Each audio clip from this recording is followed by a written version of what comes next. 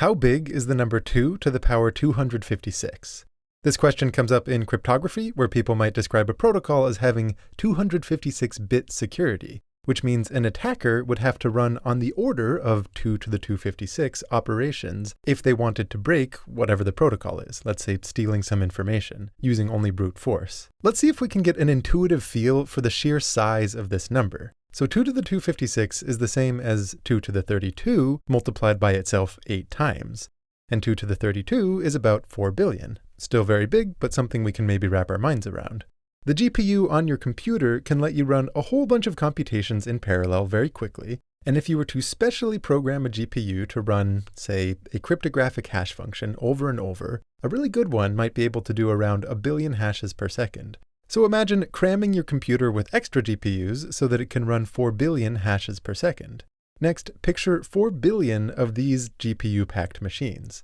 For comparison, even though Google does not at all make their number of servers public, estimates have it somewhere in the single-digit millions. Now, most of those are much less powerful than our imagined GPU-packed machine, so imagine Google replaced all of its millions of servers with our machine. So 4 billion of these machines would mean about 1,000 copies of this souped-up Google, which I'll call a kilogoogle worth of compute power. Earth has about 8 billion people, so imagine giving half the people on the planet their own personal kilogoogle.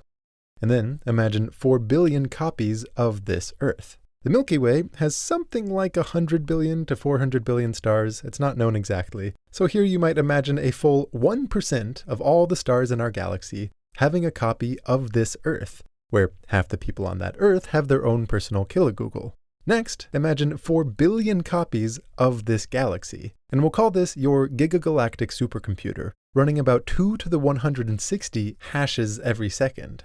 Now suppose you let that run for 4 billion seconds, which is about 126.8 years.